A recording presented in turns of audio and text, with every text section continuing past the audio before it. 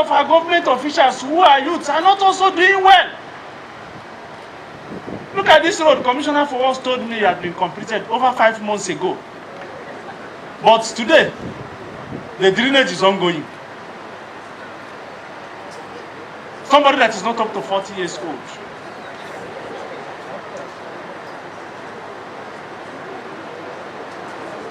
But he told me this road had been completed over 5 months ago. If not because of this program, nobody would have been working there. It's this program that brought those people that are working there.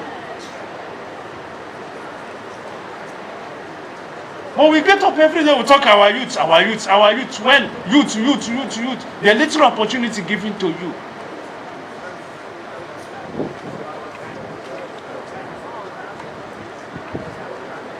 So we're in trouble. The youth, we're in trouble.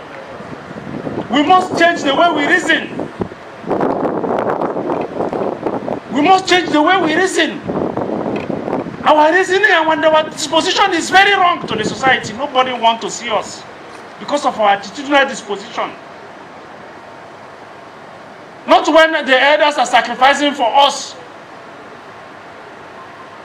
to gain much opportunities and more dividends of democracy, then we will be the one destroying it.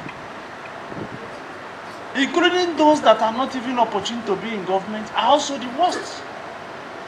Some of them, their father are 99 years old in the village. I've seen that and I was so bitter about that. Their father is about 90 years old or 99 years old. You allow their father to be giving you food.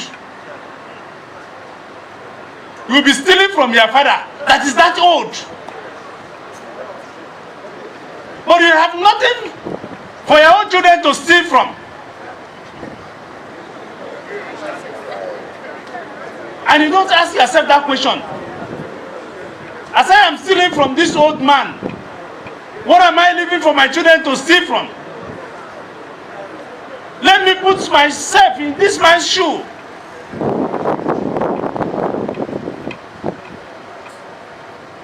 And I remembered Maurice Mbam's statement during the burial of his father. He thanked the father and said that he looked at where the father came from and he struggled and became an egu. He said, what of me that is born of golden spoon? What can I do? Who knows me now?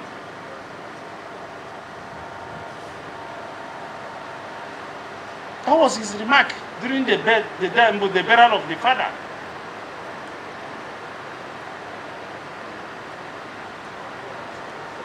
So we are badly challenged now as the youth, and we must do something to change that narrative because it's not going well. Then during our campaign, especially the day we went to Ishelu local government for campaign, I said that we'll get Nkalego cement factory to work again. When we came into office, I found out there's a lot of bottleneck on that. And we must be courageous. Look, we can't continue to be lenient. If you are government, and sometimes you don't take decisions that people blame you, you are not government. Sometimes you should take decisions that people get up to blame you publicly. That is what makes you government. I've given a lot of people privilege, opportunities to do what they say they have the strength and the rights to do. But I'm not seeing the result of that. And I'm going to change. I'm going to change. So, in Nkalagu cement factory, I will explain to you the great leaders of our great state. It is said to be owned by our brother and our father and our friend who had helped us very, very exceedingly as far as I'm concerned. He did. He did a lot for us in this great state. Chief Cletus Beto. And I've had meeting with him meetings with him, and I've told him my mind. And once I clocked 2 years in office, you know, the Land Use Act give us opportunity to recharge of the land. But Constitution Section 305, I think it's other subsection 6 and 5, made it clear that mineral deposits or any land that is housing mineral deposits is of federal government. But I will liaise with the federal government to get investors. But the question I ask again is, we have a lot of mineral deposits and we have a lot of limestone deposits everywhere. Why do we always want to fight in Kalego fight? Why can't we go and establish in another place? Must you start fighting? Why should you be fighting? When you have opportunity, go and develop another place. Establish another cement factory in another place. That will reduce fights and bickering from you. Because I remember when Dave was governor, he set up a committee of about 30-something members or 50-something members. And the committee generally compromised. So, and I said, even if I start this fight now, before you know it, I will be alone in the fight. And that is the way we are being rated. But I said, we have these two options. Either to start a new cement factory that is free of any encumbrances and any issue and any litigation. So when you are borrowing, you know what you are borrowing for. Not when we finish borrowing, one judge will stay in Zamfara and give interim injection and say you should never cross there again. That place belongs to B. So I said I will table this matter before all of you.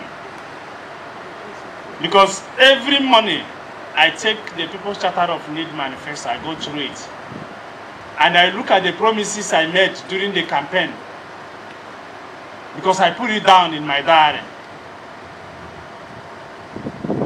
And when I go through it, I said to myself, yes, you are doing good here, but it remained this one. I told somebody yesterday, I said, if I'm doing wrong, I am not feeling it because I am following the People's Charter of Need that I showed to Ebonyans, because that is what I present to the Ebonyans.